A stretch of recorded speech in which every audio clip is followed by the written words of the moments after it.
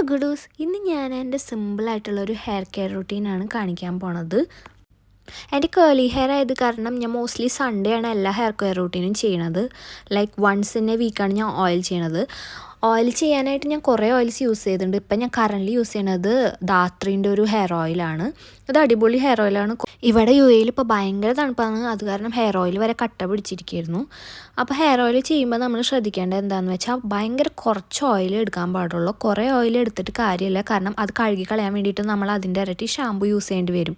So നമ്മുടെ hair ഭയങ്കര dry സൈഡിലോട്ട് പോകാൻ ചാൻസ് ഉണ്ട്. സോ ഹെയർ ഓയിൽ യൂസ് ചെയ്തിട്ട് നന്നായിട്ട് മസാജ് ചെയ്യുക. അത് കഴിഞ്ഞിട്ട് ഞാനിവിടെ ഷാമ്പൂന് യൂസ് ചെയ്യുന്നത് മറ്റേ ലോറിയലിൻ്റെ ഹൈലൂറോണിക് ആസിഡിൻ്റെ ഷാമ്പൂ ആണ്. ഇത് അടിപൊളി ഷാമ്പൂ ആണ്.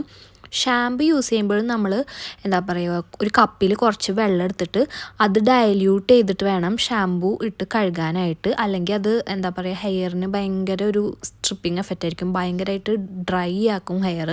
അപ്പോൾ അതുപോലെ നമ്മൾ ഭയങ്കര ഹൈഡ്രേറ്റിംഗ് ആയിട്ടുള്ള ഇൻഗ്രീഡിയൻസ് ഉള്ള ഷാമ്പൂസ് യൂസ് ചെയ്യുക. ഇതൊരു അടിപൊളി ഷാമ്പൂ ആണ്. ഇതിൻ്റെ കണ്ടീഷണർ അടിപൊളിയാണ്. ഈ റേഞ്ചിലുള്ള സ്കിൻ കെയറിൻ്റെ ഒരു ഹൈലൂറോണിക് ആസിഡ് സീറം ഒക്കെ ഉണ്ട്, അതൊക്കെ അടിപൊളിയാണ്. അപ്പം ഞാൻ അതുപോലെ തന്നെ എന്താ പറയുക, ഇങ്ങനെ ഷാമ്പു ഡയല്യൂട്ട് ചെയ്തിട്ട് ഇപ്പം ഞാൻ തലയിൽ ഒഴിക്കും. നമ്മൾ മോസ്റ്റ്ലി സ്കാൽപ്പാണ് കോൺസെൻട്രേറ്റ് ചെയ്യണത്, അല്ലാണ്ട് എന്താ പറയുക ഹെയർ അല്ല. സ്കാൽപ്പിൽ നന്നായിട്ട് മസാജ് ചെയ്ത് കൊടുക്കുക. എന്നിട്ട് ബാക്കി വരുന്ന വെള്ളം ജസ്റ്റ് ഹെയറിൽ കൂടെ ഒത്തു വിടുമ്പോൾ തന്നെ ബാക്കി ഹെയറിലത്തെ എണ്ണയൊക്കെ പൊയ്ക്കോളും. അത് കഴിഞ്ഞിട്ട് ഞാനിവിടെ ലോറിയലിൻ്റെ ഒരു ഹെയർ മാസ്ക് ആണ് യൂസ് ചെയ്യുന്നത്. ലോറിയൽ ഇപ്പോൾ അടിപൊളി കുറേ ഹെയർ മാസ്ക് ലോഞ്ച് ചെയ്തിട്ടുണ്ട്. ഞാൻ കൂടുതൽ കണ്ടീഷണർ അങ്ങനെ യൂസ് ചെയ്യാറില്ല. നമ്മൾ കണ്ടീഷണറിന് പകരം ഹെയർ മാസ്ക് ആയാലും യൂസ് ചെയ്യാൻ മതി. ഒരു റൊട്ടീൻ്റെ എല്ലാ സംഭവങ്ങളും, മാർക്കറ്റിൽ കാണുന്ന എല്ലാ സംഭവങ്ങളും യൂസ് ചെയ്യണമെന്ന് നിർബന്ധമൊന്നുമില്ല. കണ്ടീഷണർ യൂസ് ചെയ്താലും ഹെയർ മാസ്ക് യൂസ് ചെയ്താൽ മതി. കാരണം എൻ്റെ കേളി ആയത് കാരണം നല്ല ഡ്രൈ ആണ്. സോ പിന്നെ അതുപോലെ ഈ ഹെയർ മാസ്കിന് എന്ന് പറഞ്ഞാൽ നമ്മുടെ പണ്ടത്തെ യാർഡ്ലി പൗഡറില്ല, അതിൻ്റെ ഒക്കെ ഒരു സ്മെല്ലാണ്, ഒരു ലാവൻഡർ സ്മെല്ലാണ്. അതുപോലെ ഹെയർ മാസ്ക് അപ്ലൈ ചെയ്യുമ്പോൾ, ഹെയർ മാസ്ക് ആയാലും കണ്ടീഷണർ ആയാലും അപ്ലൈ ചെയ്യുമ്പോൾ നമ്മൾ റൂട്ട്സിൽ കോൺസെൻട്രേറ്റ് ചെയ്യാൻ പാടില്ല. നമ്മൾ മിഡ് ലെങ്ത്ത്, എൻഡിലും മിഡ് ലെങ്ത്തിലായിട്ട് കോൺസെൻട്രേറ്റ് ചെയ്യും. കാരണം റൂട്ട്സിൽ കോൺസെൻട്രേറ്റ് ചെയ്യാതെ ഒരു ലെയർ പോലെ അങ്ങനെ കിടക്കും, അത് കഴുകി പോകത്തില്ല. സോ പിന്നെ നമ്മൾ ഹെയർ സീറമൊക്കെ യൂസ് ചെയ്യുമ്പോൾ എന്താ പറയുക, അത് പെനട്രേറ്റ് ചെയ്യത്തില്ല.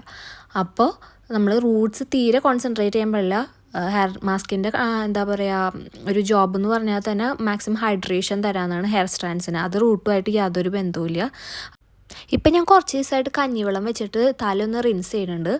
ഇതെന്ത് കണ്ട, എൻ്റെ കേളി ഹെയർ ആണ്. ഇപ്പോൾ കുറച്ച് നാളെ ഡാമേജ് ആയി കിടക്കുകയായിരുന്നു, അപ്പോൾ ടെക്സ്ചർ മാറിയിരിക്കുകയായിരുന്നു. ഇപ്പോൾ എഗെയിൻ പഴയ ടെക്സ്ചറിലോട്ട് വരുന്നുണ്ട്.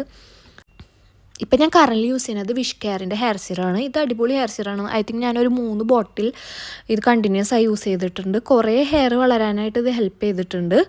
ഇത് എല്ലാ സ്ഥലത്തും ഇങ്ങനെ അടിച്ചു കൊടുത്തിട്ട് ഫ്രണ്ടിലും ബാക്കിലും, അല്ലെങ്കിൽ നിങ്ങൾക്ക് ഏതെങ്കിലും പോർഷനിൽ മുടിയില്ലെങ്കിൽ അവിടെയൊക്കെ അടിച്ചു കൊടുത്ത് നന്നായി മസാജ് ചെയ്യുക. ഞാനിത് എല്ലാ കോർണറിലും അടിക്കുന്നുണ്ട്, സൈഡിലും അതുപോലെ സെൻറ്റർ പോർഷനിലൊക്കെ അടിച്ച് നന്നായിട്ട് മസാജ് ചെയ്യും. നോർമലി എൻ്റെ ഒരു സ്കാൽപ്പിൻ്റെ ഒരു ബ്രഷ് ഉണ്ട്, ഒരു മസാജർ ബ്രഷ്, അത് വെച്ചിട്ടാണ് ഞാൻ മസാജ് ചെയ്യാറ്. ഇപ്പോൾ അതില്ലാത്തതുകൊണ്ട് ഞാൻ കൈ വെച്ചിട്ടാണ് മസാജ് ചെയ്യണേ. അങ്ങനെ കുറേ നേരം മസാജ് ചെയ്ത് കൊടുക്കുക. അപ്പോൾ എത്രയേ ഉള്ളൂ.